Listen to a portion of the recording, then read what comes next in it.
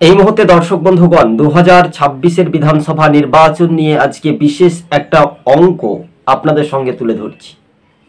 একদিকে তৃণমূল, অন্যদিকে বিজেপি, অর্থাৎ স্বয়ং মুখ্যমন্ত্রী বিরুদ্ধে প্রার্থী বিজেপির কে হতে পারে। একদিকে শুভেন্দু অধিকারী তিনি বারবার করে বলছেন মুখ্যমন্ত্রীকে হারানোর টার্গেট ভবানীপুর বিধানসভা কেন্দ্রে।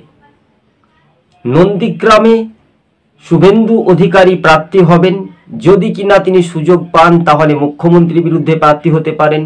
সেটা বিজেপি কতটা শক্তি মজবুত পাবে আগামী নির্বাচন বিধানসভায়, সেটাই শুধু সময়ের অপেক্ষা। অন্যদিকে অভিজিৎ গঙ্গোপাধ্যায়েরও নাম কিন্তু বিধানসভায় আসতে পারে বলে সূত্র মারফত খবর। তবে চতুর্থবারের জন্য ক্ষমতায় ফিরবে কোন দল, তৃণমূল না বিজেপি, এটাই শুধু দর্শক বন্ধুদের সঙ্গে আমরা কমেন্টের উত্তর দিতে চাই। আর ভিডিওটি শেয়ার করবেন, চ্যানেলে নতুন দর্শক হলে সাবস্ক্রাইব করে পাশে থাকবেন। রাজ্য রাজনীতিতে এটাই